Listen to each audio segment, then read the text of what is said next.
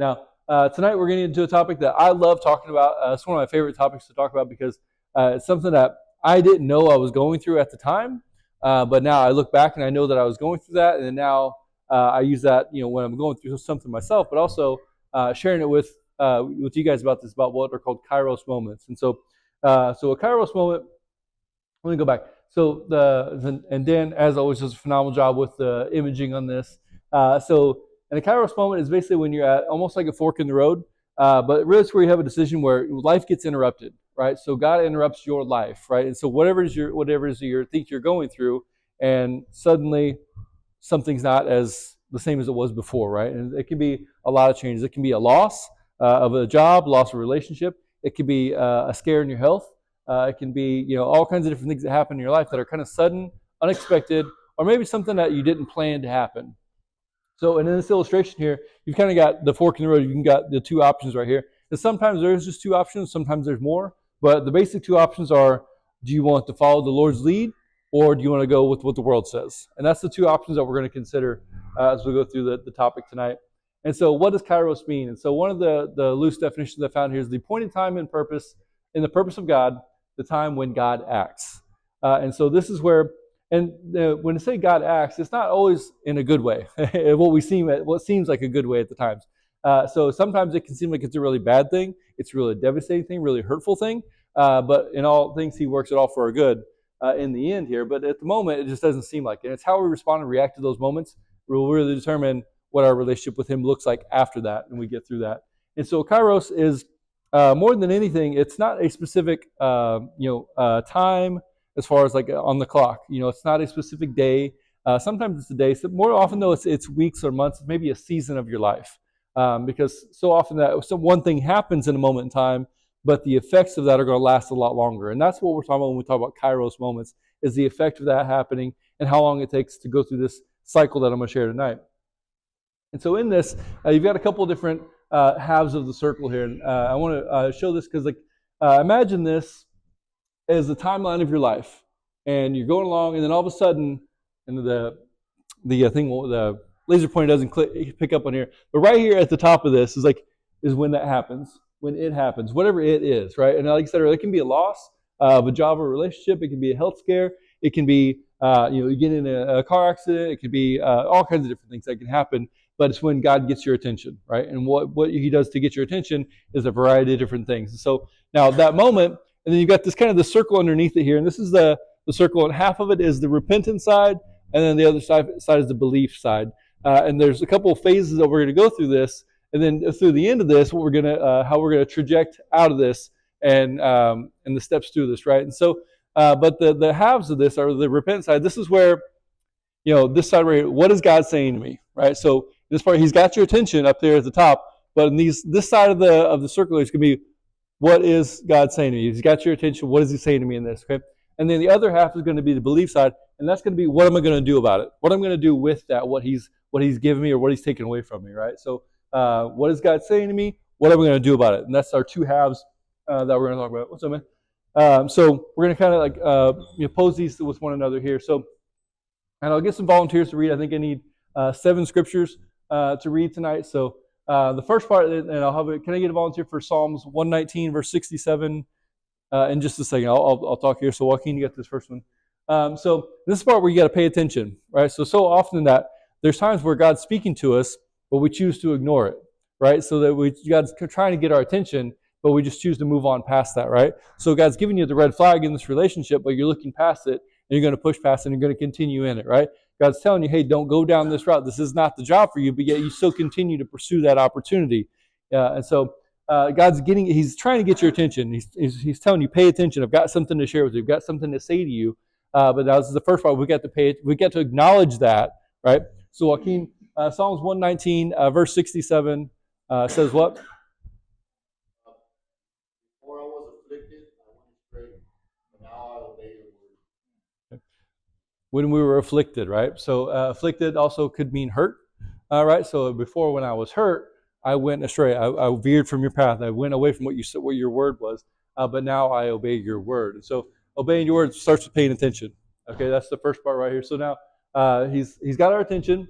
And most likely because we went astray. Sometimes we hurt ourselves. God doesn't have to hurt us; we hurt ourselves. And so sometimes He gets our attention because we got hurt, and then we run back to Him. So pay attention on the first part. Right now, the next part, prayerfully reflect. And this is important because now you're saying, God, this event happened. For good or bad, this event happened. Okay, now I'm going to look back. How did I get myself in this situation? What steps did I skip? What things did I ignore? Or how could I have prevented this sometimes, right? So sometimes if you're in management in the workplace, you're thinking, back when you look back on your monthly performance, yearly performance, whatever, and you're looking, okay, what did we do well? What did we do poorly? How can we prevent this from happening again? How can we duplicate our success? Well, same thing in a biblical context is like, how can I prevent this? Because anytime we go through pain, nobody wants to go through that same pain again. Right? We don't voluntarily put ourselves in painful situations and painful opportunities.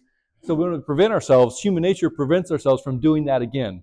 Right? So now, prayerfully, how do I get myself from avoiding this? How to get out of this situation for it to happen again? So I'm going to have a volunteer to read Philippians chapter 4, verses 6 through 8. Willie? So can you read that? Do you have it pulled up already? Okay, cool. Can you go ahead and read that for us? It says, "Do not be anxious about anything, but in every situation, by prayer and petition, with thanksgiving, present your request to God. And the peace of God, which transcends all understanding, will guard your hearts and your minds in Christ Jesus.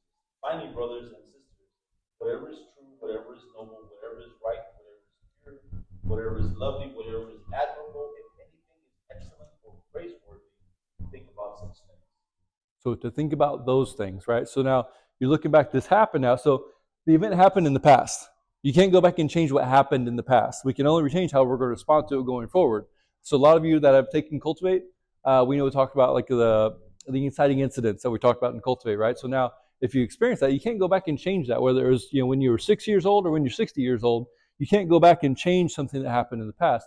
But now you have the opportunity to change how you look at it, how you respond to it, how you react to it. So now we're going to look back and reflect this. Now we're going to look at, okay, what's the silver lining in this, right? How is something good possibly going to come out of this? And in your prayer time, you're reflecting back on maybe it wasn't necessarily the event wasn't as bad as I made it out to be, or maybe I can look at it from a different lens and I can look at the good side of this, right? And something opportunistic about this. Okay? Now the other part about this is the discuss and discern part. And this is the important part because these first couple steps right here are the event that happened to you per se, right? Now, this discuss and discern part, this is where we spent a lot of time. This is number one. This is by yourself. God's got your attention. Now, prayerfully reflecting, this is between you and God. And now, you're going to open this up to a few other people in your life. What's up, Jeremy? So a few people to discuss and discern this with. Right? And I say discuss and discern. This is where, again, using a Cultivate term, a concentric circle, the people you know and trust really well. This is where I go to, like for my closest friends and the people I look up to and admire that I have a lot of respect for. This is where I'll discuss with them and discern what it is that, what is to come from this, right? So the discussion part isn't for you to put on your Facebook and tell everybody about this. The discussion isn't for you to just seek anybody's advice on. This is where you go to people you trust and counsel that you trust and people you look up to. And this can also be people here at the church, right? So if there's pastors that you look up to or people that are involved in parts of the church that you look up to, you want to express this to them, that's another option for you as well. And then the discernment. Discerning part, this is where discerning, okay, what is of the Lord and what is of the enemy, right? So like, did I hear this right? Am I looking at this right? Or am I looking at this as from a wounded perspective? Or am I looking at this from a healing or healed perspective about this? And that discernment is really important. So I got Romans 12:2 for a reading. So Hector, can you get this in a second? But the discuss and discern part, again, this is where you're starting. The further around the circle we go, the more people we're going to open up to. And more people we're going to, not necessarily, I won't say exposed to this, but more people we're going to bring this to in hopes of gaining perspective from other people. So Romans 12:2 for discuss and discern, Hector says, "Do not conform to the pattern of this world, and you will be able to test and exactly. So when we think about that, renewing your mind, right? And that usually doesn't come from something when you're in your own head. It comes from counsel. And a lot of times that's the godly counsel you seek him with your time in the Lord in the second step here.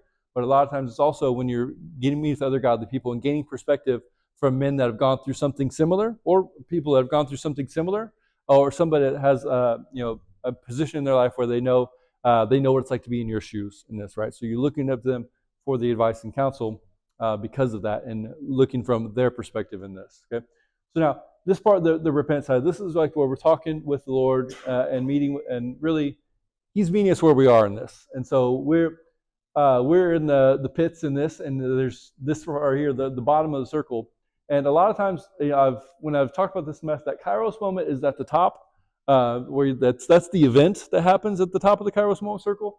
But the reality is, this is your Kairos moment down here. So just thinking about what you're saying, the Kairos moment, is that like a prompting, like you're going something, or you're in something, and then there's like a prompting that you gotta decide which way you're gonna go, right? Yeah. Well, I mean, really. So this is the part where we got to make that decision, right? So this is the part where it happens, and so life happens, right? So sometimes things don't go the way we planned it, right? So in that Kairos moment is like we got that fork in the road. So as we're going through this, I guess one decision making is up here at the top. Am I going to follow the ways of the world, or am I going to go with the Lord, right? And so like, and there's that fork in the road is the first image that we had at the beginning. So yeah, there is that fork in the road moment, but the Kairos moment really is at the bottom here. This is where you've got to decide, you've made the decision at this point. I'm going to follow the Lord. I'm going to lean into the Lord. And I'll share like from my example, right? When I went through this, my Kairos moment, my most definitive Kairos moment that I got to experience was when I went through my divorce. And so when I was, life was going along, I was, what I thought was happily married for a long time. And all of a sudden, the ex-wife asked for a divorce. I'm blindsided. I'm devastated. But this is because the reason I was so devastated was because I put so much of my identity, as we talked about a couple weeks ago, into that marriage. So much of who I was attached to that marriage and being married to that woman. And so when that was taken away from me, I didn't really know how to react because I didn't know who I was. I didn't have anything to fall back on, to turn back into. So I had a relationship with God, but I didn't know Jesus at that point. So now, at that time, I had two options, right? So now I can turn to the world, and I'll use some of my friends as examples, right? So when my friends that I grew up with, and friends from my earlier days, when something like that would happen, they go through a breakup or a divorce, they go out and they would chase women, right? They go out to the bars, they go out and chase skirts and get drunk, or they turn to alcohol to cope, and things like that. So they would really mask the whole thing rather than like dealing with the thing, right? So that was what ways of the world. The ways of the world says, you go through a nasty breakup, you go through a divorce. Well, you got to get back on the horse and get back out there. Next thing you do is get up right into another relationship, or start sleeping with different women. Obviously, that's not great advice, right? So I chose not to do that. I chose to turn to what the Lord says, and what the Lord was putting, what I thought was putting me through, and how I was going through that. And so when I was going through that, then I didn't know this at the time, but He got my attention. I had to prayerfully reflect, how did I end up here? And then discuss and discern. So then I started talking to my friends about this, talking to people I trusted about this, right? So this is the part where going through all this cycle right here, and I got to the bottom. And so again, this part is saying, what is God saying to me, right? What is He telling me? What He's got my attention. What is He telling me, right? So then now I can look back on my divorce and say, in hindsight, I'm thankful for that divorce, because that pointed me in another direction, and we'll get to that in a second. But like now, I'm the person that I am today was not the same person that was going through that divorce, and I'm thankful because the person I am today is a significantly better man of God than that man that went through that, right? But had it not been for that moment, had it not been for that Kairos moment and that divorce, I wouldn't have had to change. I wouldn't have changed my ways. I wouldn't change who I am. I wouldn't have drawn closer to God. I wouldn't have the relationship with Jesus that I do today versus the one that I had with Him then. Okay, so that's the good that came out of it, right? But it didn't feel like it at the time. It felt like it was the worst thing that ever happened to me. And I know there's people in here that have been through a lot worse than that.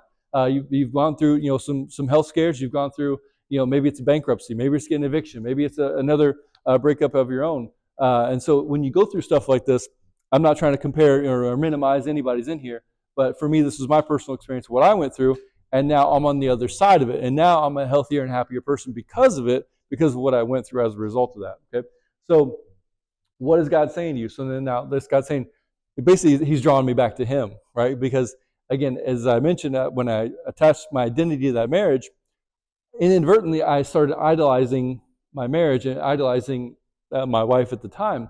I didn't do it on purpose, but it was just kind of how life happened, and my priorities shifted off of Him and then onto her in that marriage. And so when that was taken away from me, God's saying to me, hey, I want your attention back. I want your heart back. Come back to me. And so again, I had the choice. Am I going to go to the world and do what the world says, or am I going to draw to him? And as he got my attention, I drew closer to him. Now, was I perfect about this? Absolutely not. And that's not the point of this. I wasn't perfect with this, but this is my learning experience that I went through, and hopefully that when I go through my other Kairos moments in the rest of my life, that I'll have the right steps to follow in this. But also, if there's a man in here that's in here tonight that's maybe going through a moment yourself, or maybe you'll go through one in the future, now you'll know kind of what to expect and how to go through this process. Maybe a lot shorter than I did of the process, but maybe a lot less painful, or maybe you'll be able to get through it a lot better than I did.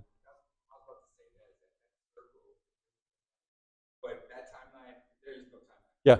The term season, it can be days, weeks, months, even years to your point like that. Yeah. So the longer you stay stuck in this, like the harder it gets, right? And so and we're more towards the longer you spend down here at the bottom of this. Yeah. So it's a very good point. So this is not like, oh, in 6 months you're here, and in 12 months you're here, and in the 13th month you're gone. Hey, girl. It's not that easy. And sometimes it can be, again, a couple weeks, a couple months, and to Eric's point, a couple years even sometimes to get through this and get to the other side of it. But when you're down here, though, this is that moment, though. Okay, God's got your attention. What am I going to do about it, right? I feel like God's talking to me in this. He's moving through me in this. And now, what am I going to do about it, right? Am I going to, okay, thanks for letting me know. I'm going to go back to my old ways now. I'm going to go do what the world says. You still have to do the action part, and this is the thoughts, and this is the actions over here. Okay, so now we're on the other side of this. We're moving through now, and now the next part here we're talking about is a plan. And so Jeremiah 29:11, one of the most popular verses out of the Bible. Can I get a volunteer to read that in a second? Young man back there. So in a second, I'll have you read Jeremiah 29:11. But this is the part where you got to start formulating a plan. Okay, what am I going to do about it? Okay, so the first thing you have to do is formulate a plan. Okay, this is my steps. This is my goal. Here's the steps I'm going to take to get there. And you can break this down into daily, weekly, monthly steps, depending on how far off your goal is. But you got to start formulating a plan. This is what I want to do, and here's how I'm going to get there. Okay. Now, submitting your plans to the Lord is another story, but also it's not your plan, as you're going to read here in a second. So, you go ahead and read that verse for us.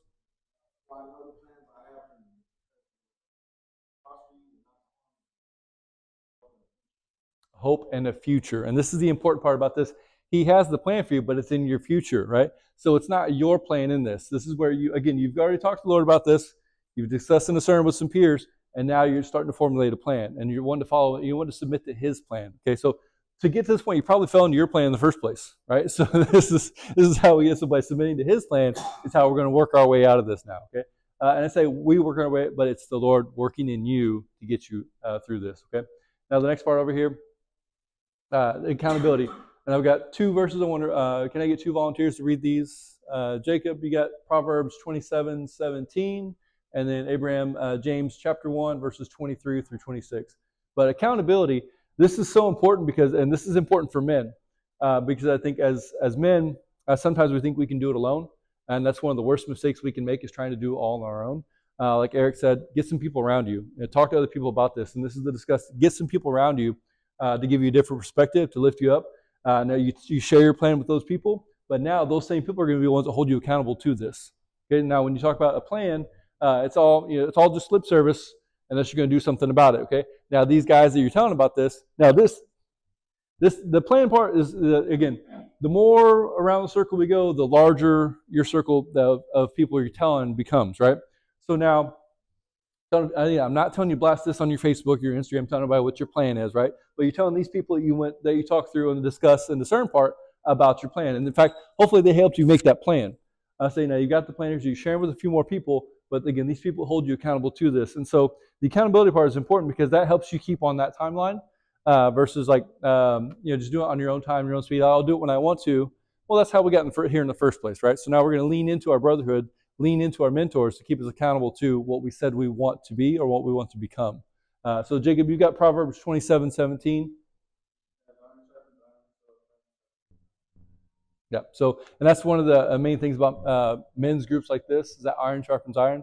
So you can learn from each other, but also what I learned from Willie is that iron sharpens iron, not because they are parallel with each other, not because they just hang out in the same room in proximity with each other, but there's a clash, there's friction between them, and that's what causes the iron to sharpen. Okay, iron doesn't sharpen just by laying down on the ground next to each other. Iron sharpens because there's conflict and there's some tension in between it, right? So that's where the iron sharpens. Where these men are going to lift you up and hold you accountable to sharpening that iron, but it's going to be uncomfortable.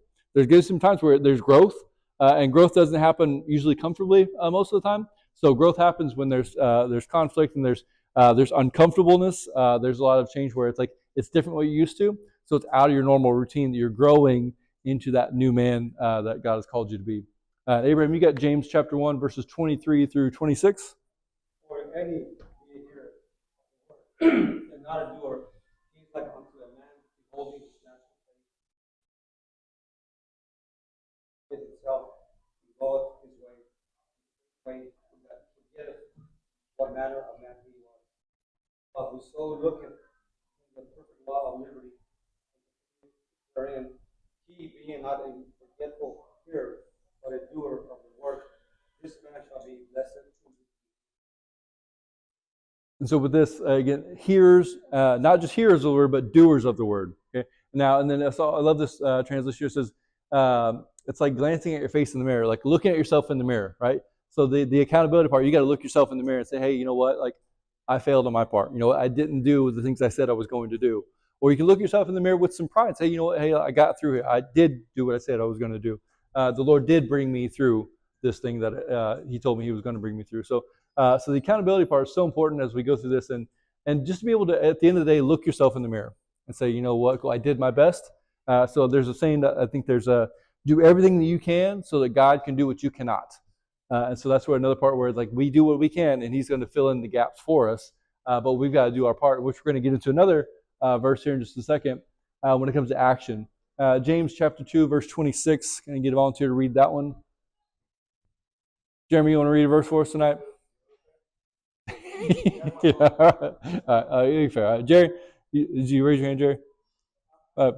Okay, in a second, we'll get to James chapter 2, verse 26. So the action part. Okay, this is where, like, okay, we've gone through this whole phase now. Okay, now, like, we've prayerfully reflected. We've looked back on this. We've learned our lesson. We got some fellowship. We got some community around us. We developed a plan. We got some guys that hold accountable to this plan. And now we got to start taking action. And this is where the action part is so important, because all this head knowledge and all this heart knowledge is worthless if we don't go through and apply it, right? So now we got to go through and we got to take some steps. We got to put the rubber on the road, and we got to make something happen here now.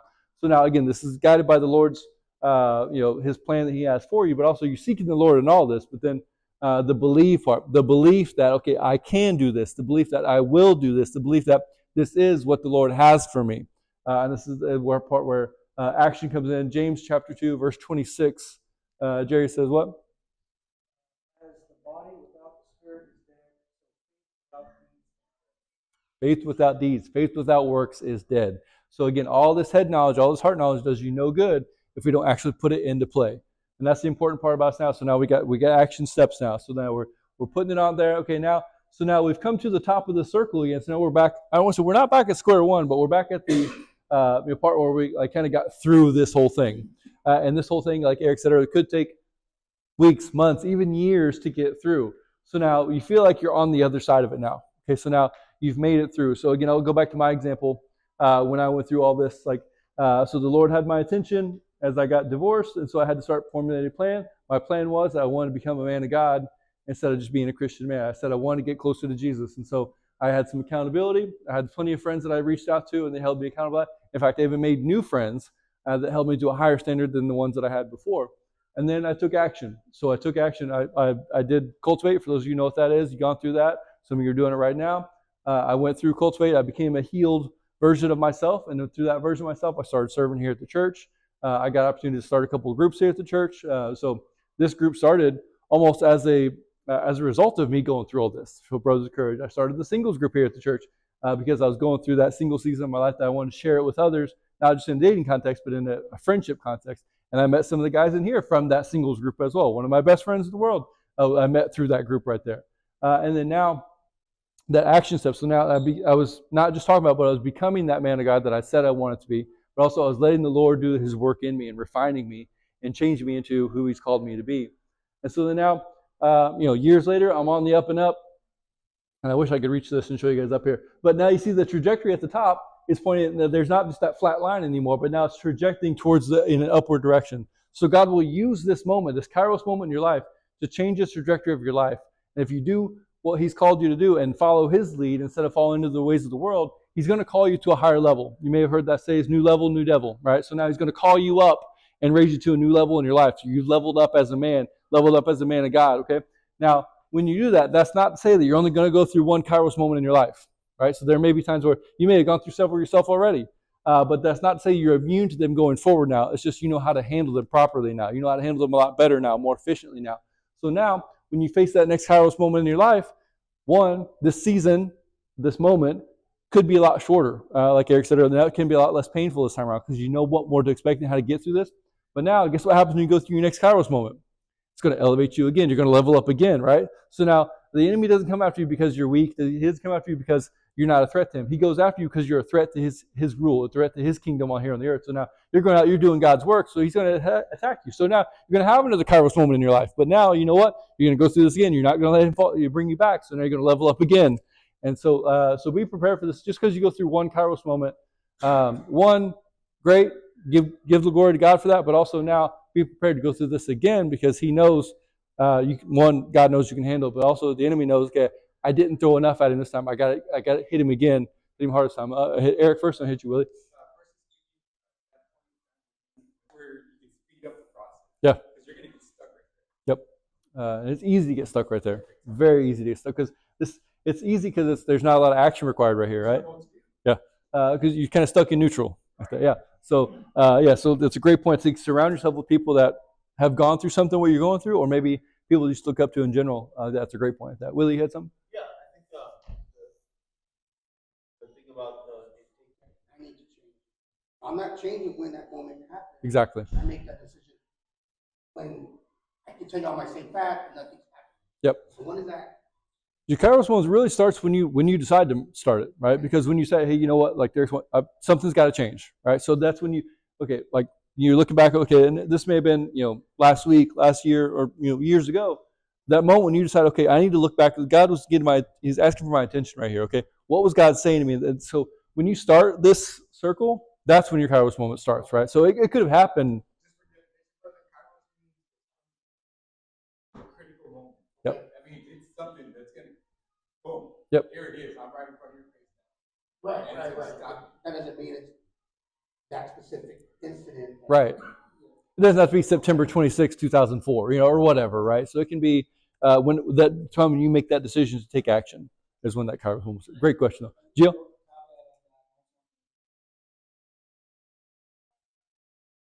Go to another Kairos moment, but this time you have the proper answer. Yep. And you'll ideally go through it a little quicker or a little easier the next time. Jeremy? Yeah. Yep.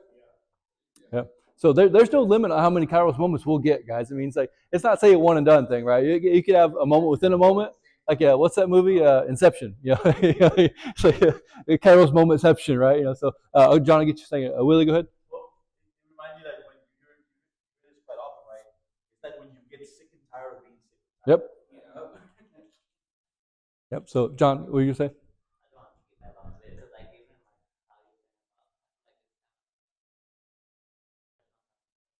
Hmm?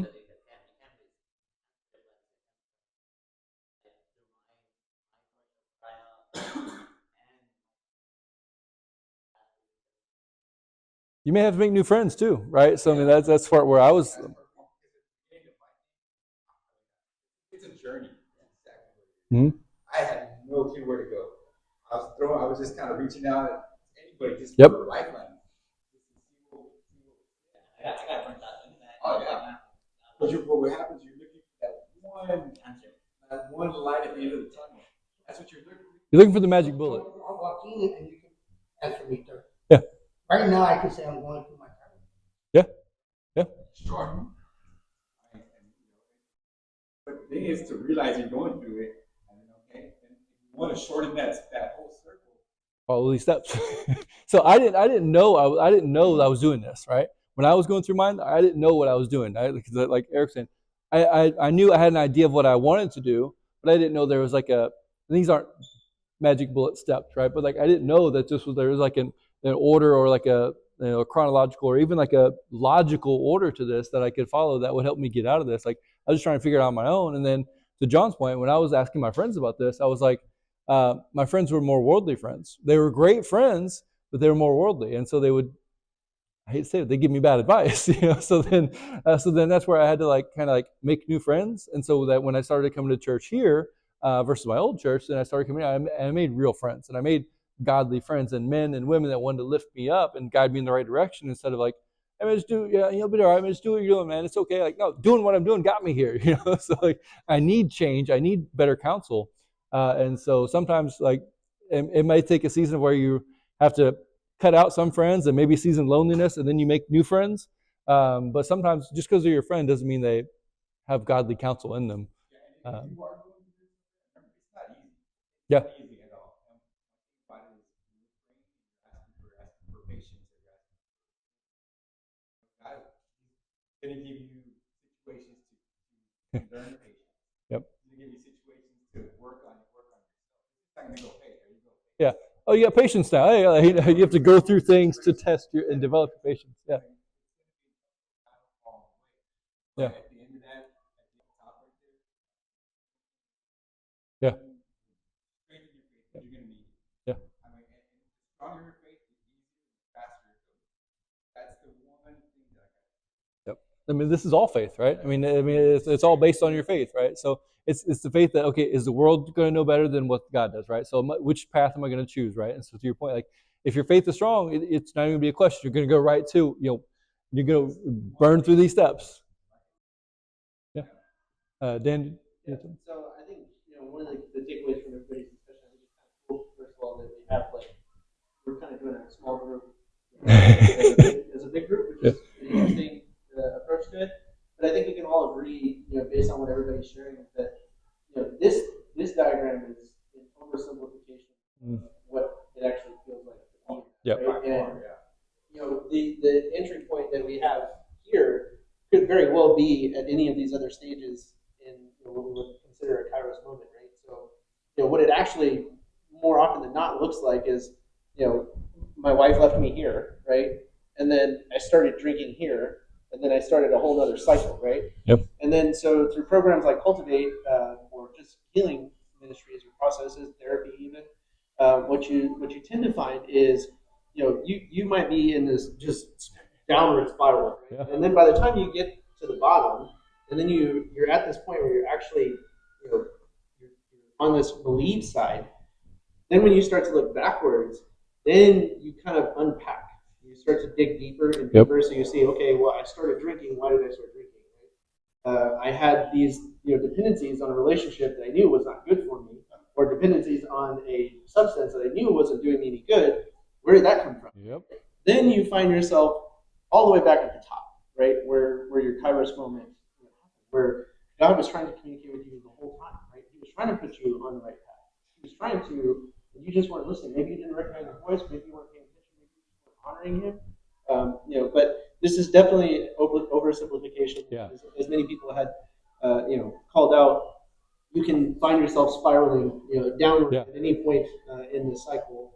And the one thing I will say that I think means the most by the time you get back to this point is giving yourself grace, because none of us are perfect. Yep. Right? So you will complete this cycle. You'll go through programs like Cultivate and relapse a year, 2 years later, right? And make the same mistake again. That does not make you any less worthy. It doesn't mean that you're not a man of God. It means that you're human, right? And that we make mistakes. So the difference being that we're educated, we're prepared. We as Joaquin had said, right, we can get ourselves out of those situations. We have hopefully a different, community for us to lean into. But that upward arrow, and I'm not trying to get ahead of Justin here, but there are many more Kairos moments ahead, even for a man of strong in his faith, where you will be educated and humbled over and over again. Yeah. Now, I think you're starting to come out of it. Yeah. And like, It also gives you even more, that much more gratitude for God's grace in that, right? So like, man, I was a real idiot. I was a really stubborn, mule when I didn't want to come through and I didn't want to listen to you. Like this could have been 5 months instead of 5 years, kind of thing, right? So like you that look back is almost like with gratitude, knowing, man, God still like held my hand that entire time, no matter how many times I acted up or how many times I wanted to go walk away, right? So yeah, and to Dan's point, this is definitely it's not just a 6 simple step. Hey, man, do these 6 steps and you're good, man. Here you go. Like, it's a process. Just like cultivate is a process, right? And so this is another thing where it's a process and it's a continual. And that's not to say these are all. You may go here, and then fall back and end up back here again, and then have to go here, and then swing back this way, right? So it's not just a checklist, right? So it's not just I've done this here, I'm good. Like it's definitely a process, and it's allowing the Lord to work in you, in your heart, and in your mind throughout this whole thing to get you to the other side of it. And then once you get to the other side of it, I think your mind is so much different, and your heart is positioned so much differently that you look back with gratitude on that Kairos moment, right? And so no matter how bad or how tragic or how hurtful that thing was, you can look back with gratitude and say, I'm thankful for that to happen, right? If you would have told me 5 years ago I'm going to be thankful for my divorce, I would have said, you're a liar, you're an idiot, you don't know what you're talking about. But now I can look back and with a healthy and healed heart, I can say, okay, you know what, I'm happy that happened to me. It sucks that I had to go through that, but I'm happy it happened to me because I am where I am today as a result of that. And as I say this, guys, I'm not trying to speak poorly of my ex-wife. This is not where I'm going with this at all. Like I'm happily married to my wife now, but like it's not to say that my ex-wife is a bad person. She's not here to defend herself. This is not a platform for me to bash her. None of you even know her. But I went through this. This is my experience. Some people had worse experiences than I did. They had uglier divorces than I did. They had bigger losses than I did. And again, it's not to compare or minimize anybody else's what they went through. But I'm just sharing my experience, and hopefully that it relates and resonates with you to some degree here.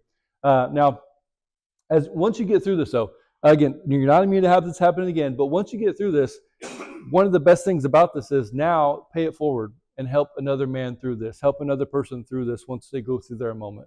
I'm fortunate enough in my life that I have a couple of people that I pour into on a regular basis, like my roommate. When he goes through something, there's a difference in life experience with us that I can share with him, my experiences and how I got through something like that with him. And those of you that are fathers, you have children that you're pouring into on a regular basis. Those of you that are leaders in the workplace, you can pour into the people in your workplace about this and help guide them and mentor them. 1, so maybe they don't make the same mistakes as we did, or 2, maybe so that they help get through it a little quicker than we did or easier than we did, right? So, God got us through this, not for us to keep it to ourselves. He got us through this so we can share it with others and bring glory to Him and draw people closer to Him through this as a result of this. Okay, so pay it forward. Whether your Kairos moment was you went through this and you got through it, several years ago, or you're in your Kairos moment right now, or you've got one in the future. Just know that there's a couple people. 1, there's somebody in your life that has gone through this before. Seek that person. Seek help. Seek mentorship. Seek counsel in somebody else that has maybe gone through something similar, something maybe even worse. Jeremy, go ahead. Yes. Yeah, especially with children. Yeah. And so seek somebody who's gone through this and they're on the other side of it, right? Seek counsel for maybe people that are equally yoked in their faith with you or stronger in their faith than you. And whether they've gone through it or not, they've got a faith that withstands that duration, that trial. And then also once you get through it, again, pay it forward and pour into others that may be preparing them for this season coming up, or maybe they're going through it in this moment right now. Pour into them with that. So where are we at here? Okay. So I want to get to some discussion questions. I think this is really for us to talk about, like in our smaller groups rather than the big group like this. Unless you want to stay in the big group, we can. But talk about your most significant Kairos moment. What that was for you. Again, I used my example earlier. Everybody's going to have something different in here. But I want to talk about the halves of the circle here. How did God get your attention? Like, what was it? Right? What did it? You may have had the Kairos moment, but then you delayed it. Maybe you didn't recognize it until later. How did God get your attention to address that now and go through it now? And what did He say to you? And then sometimes it's going to be verbally. You hear an audible voice in your head. Sometimes it's going to be through another person, or sometimes it's going to be through communication through life cycles. And then also, what did you do about it? So how did you get through it? What was that moment? And maybe share your mistakes. Here's where I messed up. Here's what worked well for me. Here's what I did right. Here's what I did wrong. And then how did your Kairos moment change the trajectory of your life? Like, what did that do for you? So and then